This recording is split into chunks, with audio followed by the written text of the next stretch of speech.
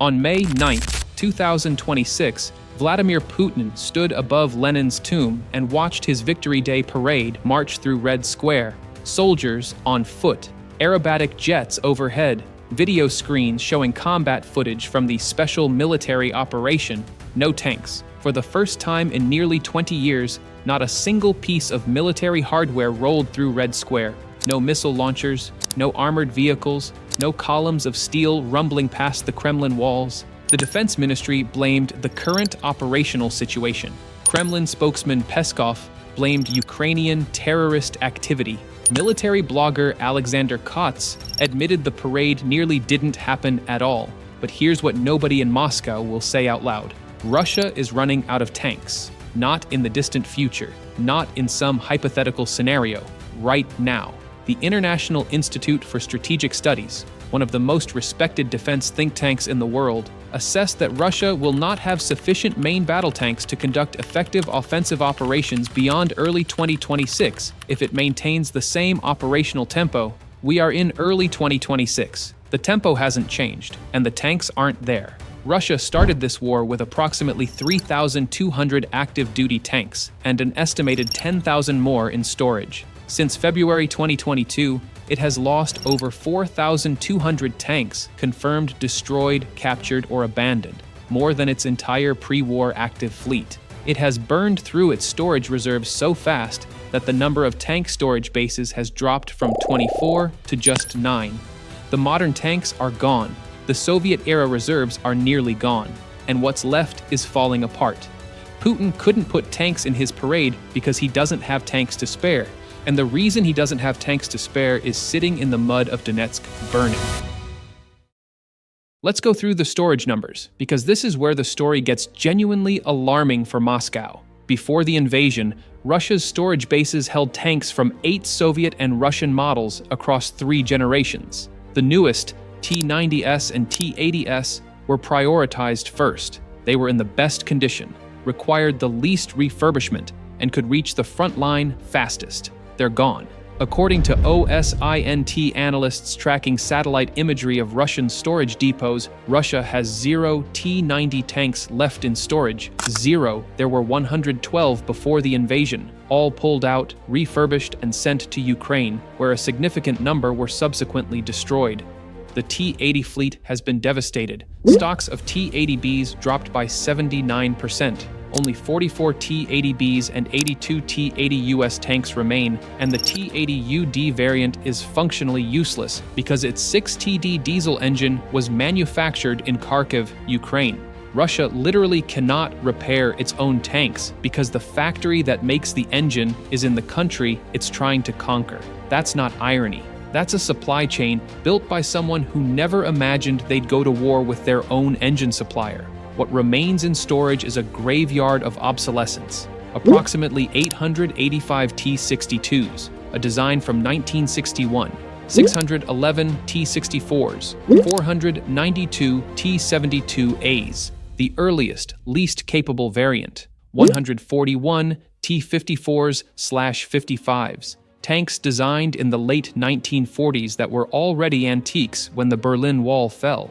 And more than half of these are in such poor condition that they can only be stripped for parts, not returned to service. The Adapt Institute's analysis from March 2026 calculated that Russia's overall tank reserve declined from 3,106 to 2,478 between June and October 2025 alone, a loss of 628 tanks from storage in just 4 months. At that rate, the cupboard runs bare fast. Russia's sole new-build tank factory, Uralvagonzavod in Nizhny Tagil, can produce approximately 250 T-90M tanks per year under ideal conditions. Ukrainian officials estimate the actual monthly output is closer to 3 to 6 tanks. Even the most optimistic Russian internal planning documents project a peak of 428 combined T-90M and T-90M2 tanks by 2028. And that requires factory expansions, automation, and high-precision machine tools that sanctions have made extremely difficult to acquire. Meanwhile, Russia is losing tanks at a rate that dwarfs production. Ukrainian General Staff figures show Russia losing between 15 and 30 tanks per week on average. That's 60 to 120 per month, against a new build capacity of maybe 6 per month and a refurbishment pipeline that's running out of tanks to refurbish. The math doesn't work. It hasn't worked for over a year, and now you can see the result on Red Square. Or rather, you couldn't see it because it wasn't there. The tank shortage isn't just a parade problem, it's changing how Russia fights. Russian forces have dramatically reduced the use of tanks in offensive operations compared to 2023 and 2024. The ISW observed that Russia is conserving its remaining tanks while shifting to increased use of lighter armored vehicles and infantry-supported attacks. Translation: they're sending men on motorcycles and golf carts because they don't have enough tanks to send. Recent Ukrainian General Staff reports tell the story. In a single 24-hour period in early May, they recorded 132 combat engagements. The hottest sector was Pokrovsk, where Russia launched 21 attacks. But look at the composition of those attacks. Small infantry groups, quad bikes, civilian vehicles, occasional BMPs. The massed armored columns that characterized Russia's 2023 offensives are increasingly rare. Not because Russia changed its doctrine out of strategic brilliance, but because it ran out of the equipment to execute its old doctrine. CSIS published a devastating analysis in February 2026 comparing Russia's rate of advance to historical benchmarks. In the Pokrovsk offensive, Russia's main effort since mid-2024, forces advanced at an average rate of just 70 meters per day. That's slower than the Battle of the Somme. Let me repeat that. Russia's offensive in Pokrovsk is advancing more slowly than one of the most notoriously grinding, horrifically bloody campaigns of World War I. A battle that became a synonym for futile slaughter is moving faster than Russia's modern army. Meanwhile, Ukraine's southern counteroffensive has pushed Russia back over 460 square kilometers in the Huliaipol and Oleksandrivka directions. Russian forces that had been advancing towards Zaporizhzhia city were routed after the Starlink shutdown in February blinded their drone operators and severed their communications. Naval infantry divisions were pulled from Dobropilya to plug gaps in the south, weakening the Pokrovsk push. Russia's rate of territorial advance has dropped by 2/3 over the past 18 months, from nearly 15 square kilometers per day to just 5.5. In the 4-week period from March 3rd to March 31st, Russia actually lost territory for the first time in months, a net loss of 12 square miles according to Harvard's Russia Matters project. The General Staff's daily reports show the pattern repeating, over 100 engagements per day, heaviest around Pokrovsk, but increasingly conducted by small infantry groups on motorcycles and civilian vehicles rather than armored formations. The massed tank assault, Russia's signature move, is becoming operationally impossible. You can't launch a tank assault without tanks, and the human cost is catastrophic. Total Russian combat losses since February 2022 have surpassed 1.3 million personnel. Russia is losing roughly 35,000 soldiers per month. CSIS estimated up to 325,000 killed, the highest combat death toll for any major power since World War II. Central Bank Chief Nabulina admitted this week that Russia faces an unprecedented labor shortage. Never before in the history of modern Russia have we experienced such a labor shortage. The Ryazan region's governor signed a decree forcing businesses with more than 150 employees to select workers for military service, essentially industrial-scale conscription.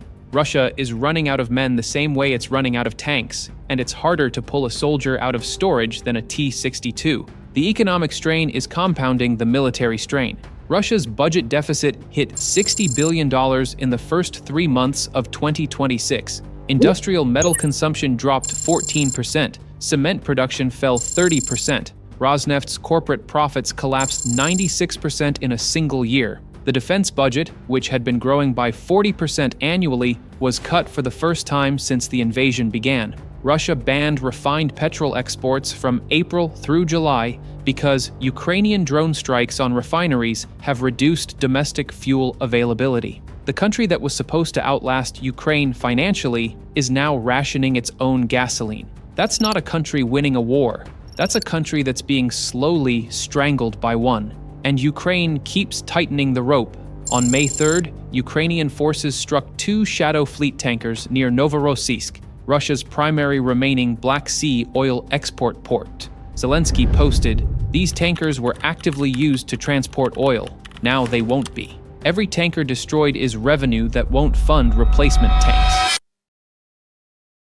Let's decode what the scaled-down Victory Day parade actually told us about Russia's military posture. The official Defense Ministry statement cited the current operational situation as the reason for removing military vehicles. Peskov added the terrorist threat framing. But both explanations inadvertently admitted the same thing. Russia's military situation is bad enough that it couldn't afford to risk showcasing its remaining hardware. The Moscow Times reported that analysts identified two specific vulnerabilities. First, the staging areas, the parking lots and assembly zones outside Moscow where tanks and missile launchers are prepared for the parade and rehearsals. These areas are sitting duck targets for Ukrainian long-range drones. Ruslan Leviev of the Conflict Intelligence Team explained, "It would be much easier to strike such areas with drones or missiles. If Ukraine hit a staging area full of parade equipment, the propaganda footage would be devastating. Russia's best remaining hardware destroyed in its own capital."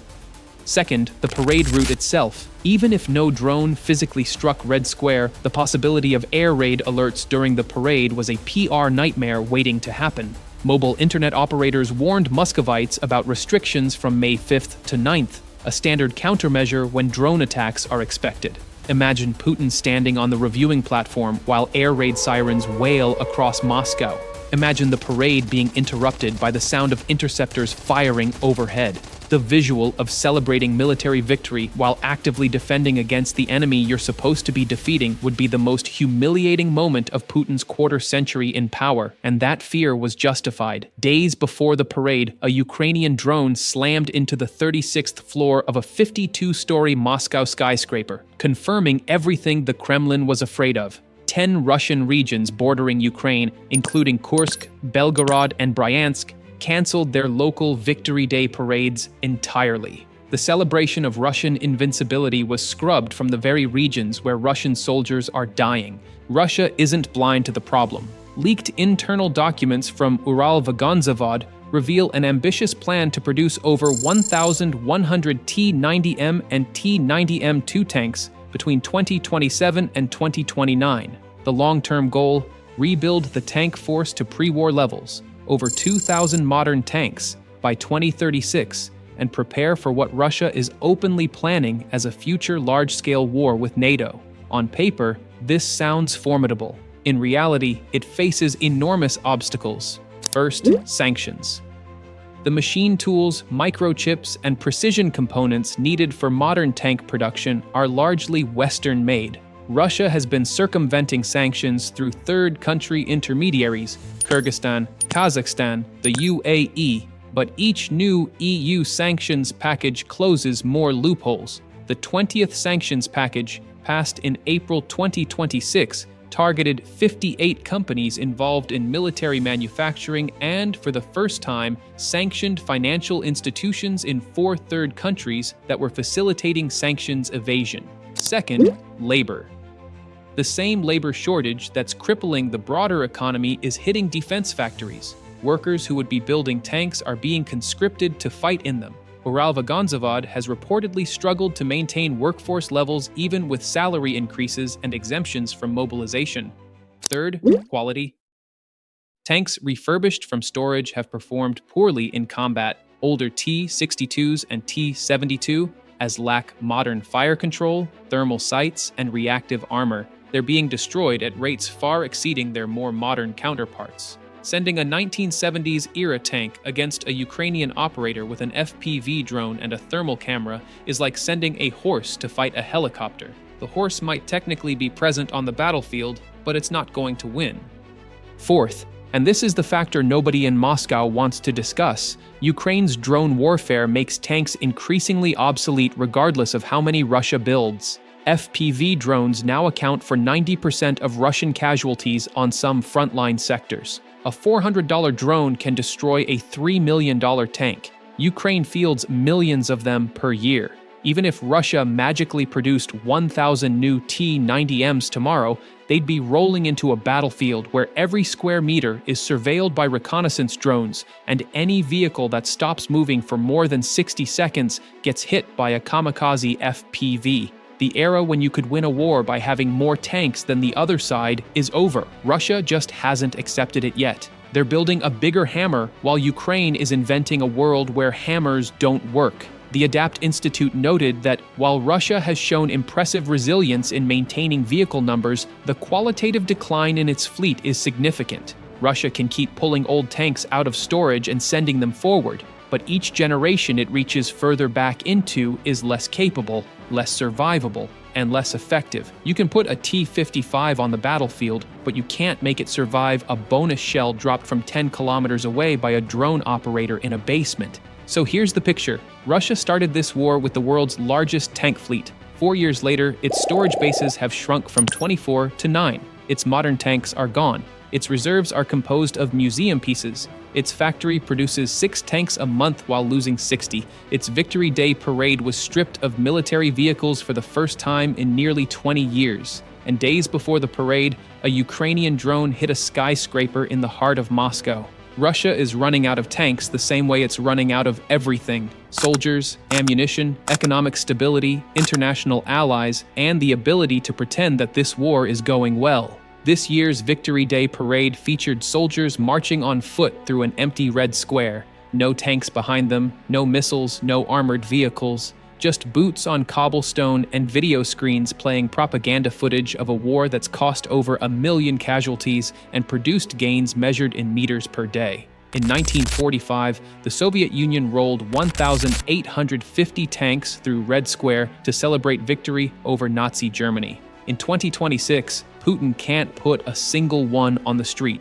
So here's my question. When Russia's tank reserves finally hit zero, and at current rates, that's not an if, it's a when, what does Russia's ground war look like? Can an army fight a modern war without tanks? Or does the day the last T-72 rolls off the refurbishment line mark the beginning of the end for Russia's offensive capability in Ukraine? Let me know in the comments. Subscribe if you're new. This is the channel where we break down what's actually happening in this war, not what Moscow wants you to think is happening.